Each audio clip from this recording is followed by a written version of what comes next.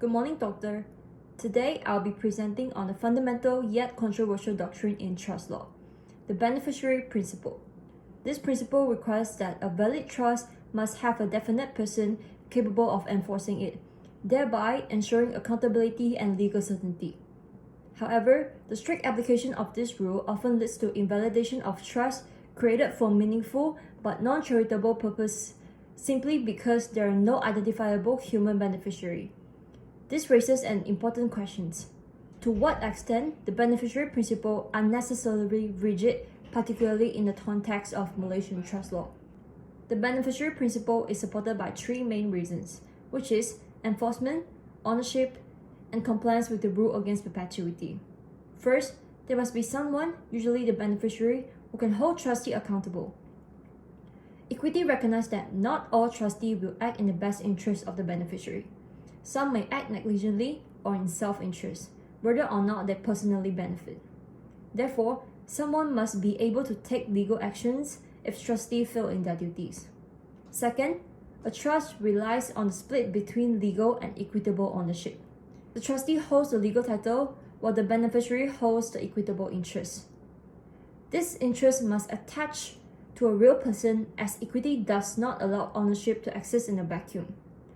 This proprietary rights allows the beneficiary not only to enforce the trust but also terminate it under the Saunders and Voltaire rule.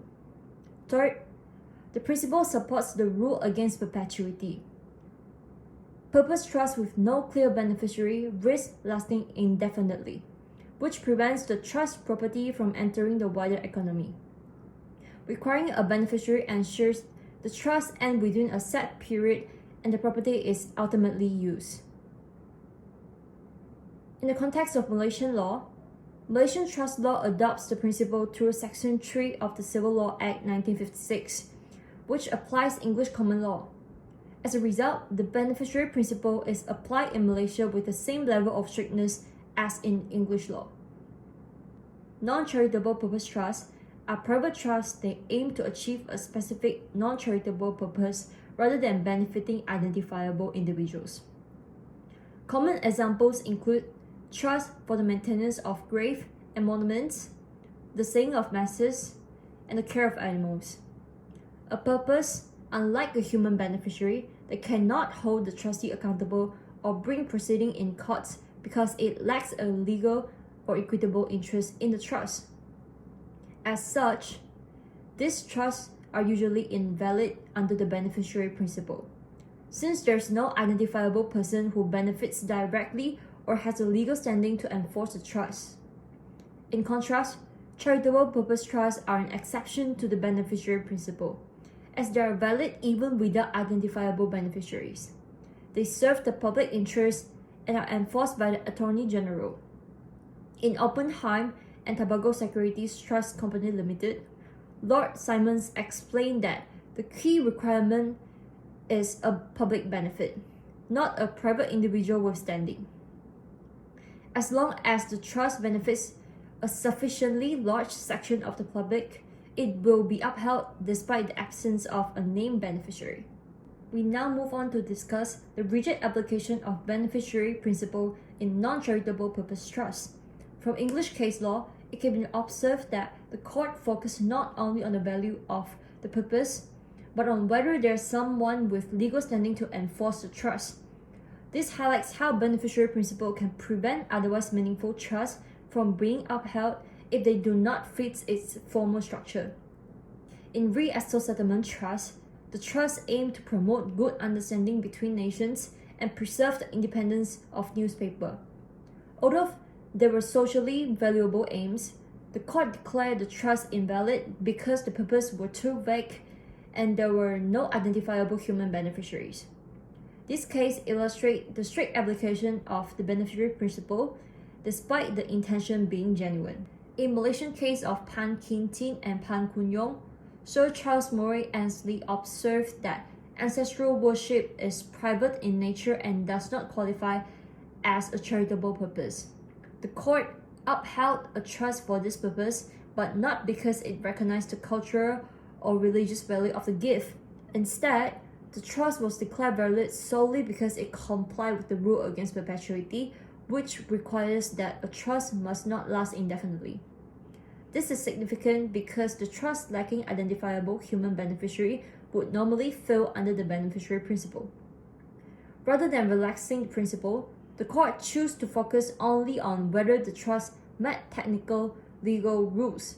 This highlights a major concern. Trusts created for meaningful cultural or religious reasons can only survive if they met strict legal requirements, even if the settlor intention is genuine. The case reflects how beneficiary principle can be too rigid as it blocks well-intentioned non-charitable purpose trusts simply because they do not follow the traditional model of having clear enforceable beneficiary. There is also criticism that non-charitable purpose trusts do not comply with the enforceability principle. As such, trusts are not fully enforceable. This is because only the remainder man, who is the person entitled to any remaining funds after the purpose has been fulfilled, has legal standing to sue the trustee. In Paddington and Paddington, the court recognized a non-charitable purpose trust for the maintenance of horse, but it was upheld solely on the basis that the remainder man could enforce it. While this made the trust technically enforceable, it lacked a proper enforcer who had a genuine interest in ensuring the purpose was carried out. The remainder man may have no motivations to act if the trustee underperforms, since doing so would increase the amount ultimately received. This raises concern about the practical fairness and flexibility of the beneficiary principle, as it reveals a gap in ensuring accountability for trusts with no clear motivated beneficiary. The beneficiary principle can be interpreted in two ways, depending on how the term beneficiary is understood. Under the narrower will, a beneficiary must be the equitable owner of the trust property, meaning they have a clear and immediate right to it. This allows them to enforce the trust and, if necessarily, terminate it early under the rule in Saunders and Vautier. This view was supported by Lord Parker in the case of Bowman and Secular Society Limited, who stated that a valid trust must be for the benefit of individuals or for a charitable purpose. In contrast, the broader will recognizes a beneficiary as anyone with a proprietary interest in the trust property, even if that interest is only potential or conditional. This view focuses less on ownership and more on enforceability, requiring only that there must be someone with standing to hold the trustee accountable. This was reflected in the case of Morris and Bishop of Durham, where Sir William Grant stated that there must be somebody in whose favor the court can decree performance. A similar line of reasoning was followed in Leahy and Attorney General for New South Wales, where Viscount Simons began by adopting the narrower will but later accepted the broader will by acknowledging that enforcement could come from a public authority such as the Attorney General. While all equitable owners have proprietary interests, not all proprietary interests amount to equitable ownership. Therefore, the broader will is considered more flexible and inclusive than the narrower approach. The broader interpretations of the beneficiary principle has been used to validate certain non-charitable purpose trusts, most notably in Re Danley Trust Deed. In that case, a trust was created to maintain a sports ground for employees.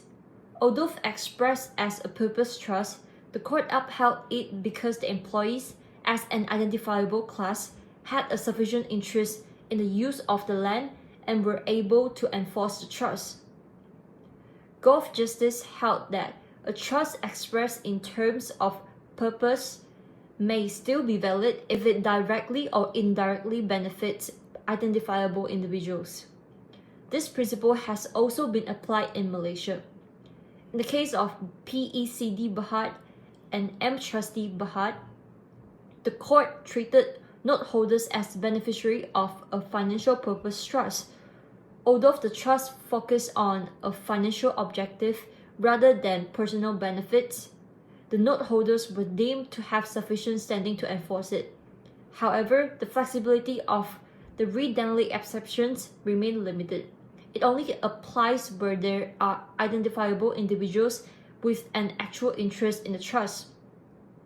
In the case of re-grant will trust, the court declined to apply read-only because the individual has no control over the trust property and therefore could not enforce it. This shows that read-only is not a rejection of the beneficiary principle, but a narrow exception based on the presence of indirect beneficiaries. Despite being widely cited as a flexible alternative, the read-only approach raises important conceptual uncertainties. It is unclear whether read-only created a new category of valid non-charitable purpose trust or merely recharacterized certain discretionary trusts. Gulf Justice did not classify the arrangement as a discretionary trust, perhaps because the employees were identifiable, lacked equitable proprietary rights, and could not invoke the Saunders-Vautier rule. This means they did not hold the kind of enforceable ownership traditionally required under the narrow version of the beneficiary principle. Moreover, the nature and degree of benefit required to qualify someone as a read-only type beneficiary remains unclear. Gulf Justice suggests that the employee's right to use the recreational grounds created a de facto interest sufficient to enforce the trust, but he did not fully explain how factual enjoyment translated into legal standing. This ambiguity leaves open the questions of whether practical benefits alone is sufficient to override the structural requirements of the beneficiary principle.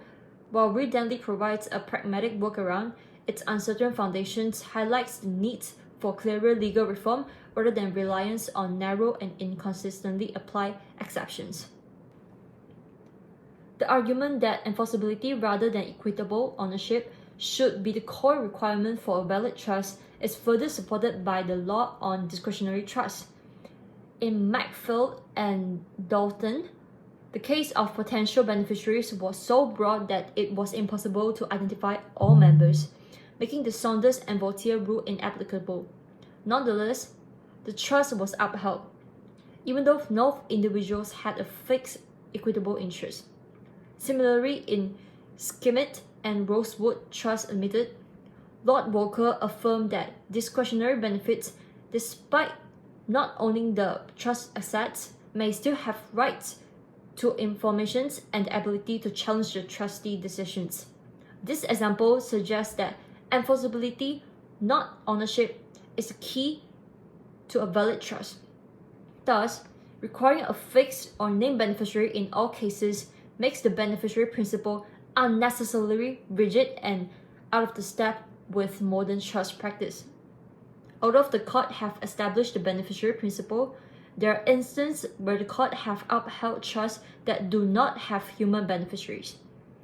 In Reed and the Court, Lord Evers referred to such cases as being exceptions and anomalies to human beneficiary rule. He grouped them under 5 known headings, which is the trust for erections of monuments or grave, trust for sayings of masses, unless charitable, trust for the maintenance of particular animals, trust for unincorporated associations, and miscellaneous cases. The first 3 categories are classified as trusts of imperfect obligations because they are valid, but the trustee cannot be compelled to enforce them. The trusts have been described by Roxburgh Justice in the case of Reed Esther as a concession to human weakness of sentiment. Importantly, Reed and the Court also made it clear that no further extension would be allowed beyond these recognized categories. This reflects the inherently rigid of the beneficiary principle, as even genuine, meaningful, or well-intentioned purpose are excluded if they fall outside the narrow, historical accepted exceptions. Trusts for the maintenance of individual animals have been treated as valid even though they are non-charitable purpose trusts. In Reed Dean, it was held that a trust for the maintenance of dogs and horses for as long as they lived was valid, as it did not offend the rule against perpetuity. Similarly, in Re Hopper, a trust for maintenance of a grave was treated as valid because it was limited to the period during which the trustee could maintain it. By contrast, in Musset and Dingle, two dispositions were made. The first, a gift of £300 for the construction of the memorial, was upheld as an exception to the rule against private purpose trust. However, the second disposition of £200 for the maintenance of the memorial was held to be void as it breached the rule against perpetuity. In the case of Purbright and Solway, a gift of £800 for maintaining the child grave enclosure for as long as the law permits was upheld, as it complied with the perpetuity period. In the case of Byrne and Keane, the House of Lords upheld a trust for the sale of masses as valid. The reason was that such trusts complied with the rule against perpetuity and were sufficiently certain. Another interesting exception is found in the case of Re Thompson, where a trust was created for fun fox hunting. Although the trust served no individual beneficiary, it was upheld because the college, as residuary beneficiary, could apply to the court if the money was misused. These cases demonstrate that courts may occasionally validate purpose trusts where there is an indirect mechanism of enforcement, or even in absence of direct human beneficiary, as long as it does not break the rule against perpetuity. Despite these exceptions, legal scholars as Pawlowski and Summers have criticized the current approach. They argue that categorizing these trusts as imperfect obligations does not provide a clear or principled legal basis for their continued recognitions. This suggests that the exceptions outlined in Re and Court functions more as tolerate anomalies than as coherent extensions of the trust law, further underscoring the inflexibility and conceptual tensions within the beneficiary principle. In response to the validations of trust of imperfect obligations, scholars such as James Brown have proposed reform. He suggests that testators should be permitted to nominate a specific enforcer to ensure that trustees carry out the intended purpose. This approach would address the issue of enforceability without requiring the enforcer to hold a proprietary or equitable interest. The law, he argues, should recognize this as justified exceptions to the general rule, particularly where it reflects the subtler, clear intention. Another possible reform is to expand the definition of beneficiary in line with the broader view of the beneficiary principle. This would include individuals who benefit from the trust in a particular or indirect way, such as discretionary objects or employees. As seen in the case of Ridley, these individuals may not have immediate rights to the trust property, but they can still ensure proper administration. Lastly, reform through local legislation could be introduced in Malaysia by amending the Trustee Act 1945. This amendment could permit non-charitable purpose trusts under certain regulated conditions formally recognize the role of enforcers and provide basic standards for oversight. Such reform would bring greater clarity and flexibility to Malaysian trust law. In conclusions, while the beneficiary principle plays an essential role in ensuring accountability, legal clarity, and compliance with the rule against perpetuity, its strict applications had led to the rejections of many charitable purpose trusts that serve meaningful, culturally, and socially valuable purposes. The law remains rigid by insisting on the human beneficiary with equitable ownership, even in cases where proper enforcement could still be achieved through alternative means. Although exceptions like Re-Danley and limited categories in Re and the Court offer some flexibilities, they are narrow and inconsistently applied. To reduce this rigidity, the broader approach, which focuses on enforceability rather than ownership, should be more widely adopted. Trusts with clear purposes, time limits, and a design enforcer can still maintain accountability without undermining the foundation's principles of trust law. Therefore, while the beneficiary principle continues to serve an important function, it is unnecessarily rigid in its current form and requires reform to reflect the reality of modern trust arrangement. That's all for my presentation. Thank you.